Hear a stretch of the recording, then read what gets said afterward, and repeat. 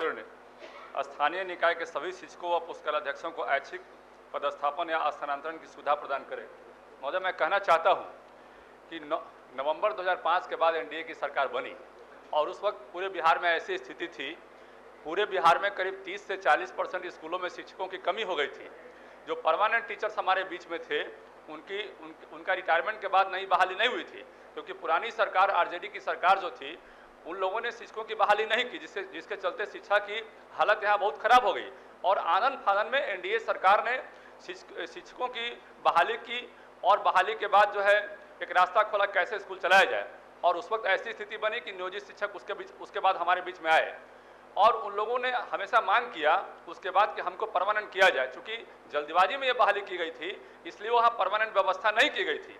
हमारा ये कहना है कि लंबे समय से उन लोगों की मांग रही है, 15, 16, 17 वर्षों से उन लोगों की मांग रही है कि हमारा जो भी नियोजित कर्मी हमको जो मिला है उसको राजकर्मी का दर्जा दिया जाए। हम सरकार को धन्यवाद देना चाहेंगे इसके लिए कि सरकार ने उनको विशिष्ट नियमावली के तहत, स्पेशल प्रावधान के तहत एक सक्षमता परीक्षा लिया और उसके बाद जो है आगे की प्रक्रिया जो है चल रही है। मेरा कहना है कि लंबे समय तक 16-17 साल जो शिक्षक एक जगह पढ़ाते रहे हैं उसके बाद उनका बेटा बेटी भी सब बड़ा हो गया और वो भी कहीं ना कहीं अपना पद पे चला गया या कहीं पढ़ रहा है या अपने आप को भी स्टैब्लिश कर लिया।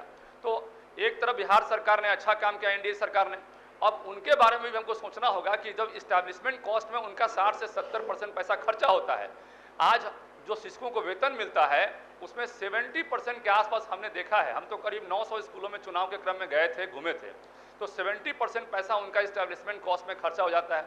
अब यदि उनका स्थानांतरण, चाहे पुस्तकालयाध्यक्ष हैं या अन्य टीचर हैं, उनका स्थानांतरण उनके घर से या उनके जिले से बहुत दूर कर देंगे तो एडिशनल जो है इस्टेब्लिशमेंट कॉस्ट उन पर पड़ेगा और उनको उतना पैसा हम नहीं देते हैं कि वो उसको बियर कर सके जैसे हम परमानेंट टीचर्स को देते थे। हमारा कहना है कि उनका जो है स्थानांतरण जो है उनके ही जिला में, उनके प्रखंड में ही उनके स्कूल छोड़कर कहीं और कर दी जाए, यही मेरा कहना है।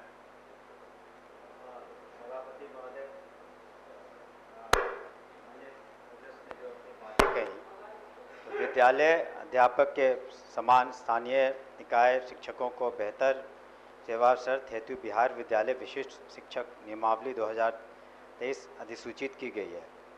तो इसके बारे में हमें ये कहना है महोदय कि हम लोगों ने एक कमेटी बनाई है, उसमें सीनियर ऑफिसर्स हैं और जो हम लोग इस नीति को बना रहे हैं उसमें थोड़ा वक्त लगेगा, लेकिन ऐसी बात नहीं है कि हम सारे आयामों को नहीं लेंगे।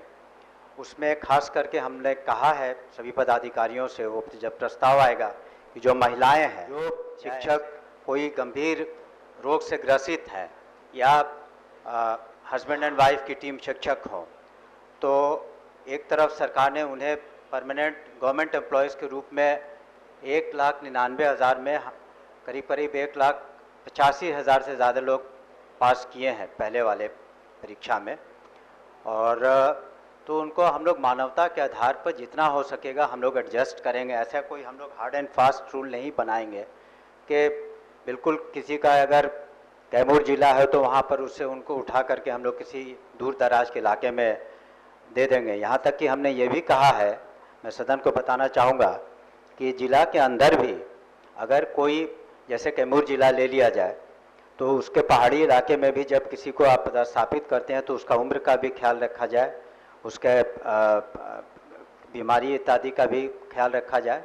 तो कोशिश हमारी यही है कि एक मानवता के साथ हम लोग जो अपनी नीति बना रहे हैं उसमें अधिकांश हम लोग इन सभी चीज़ों को समाहित करेंगे।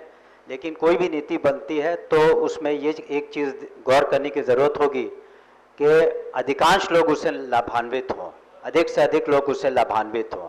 कुछ लोग फिर भी उससे असंतुष्ट रहेंगे, लेकिन सरकार की और शिक्षा विभाग की, माननीय मुख्यमंत्री जी की बिल्कुल स्पष्ट हमारी नियत है कि अधिक से अधिक हम लोगों ने जिस तरह से सरकारी सेवक होने की सुविधा दी है उसी तरह से उनके स्थानांतरण के संबंध में भी हम लोग उसको जहाँ तक हो सकेगा उदार रखेंगे। आपसे हमें अनुरोध है कि इसे वापस लेने की कृपा करें।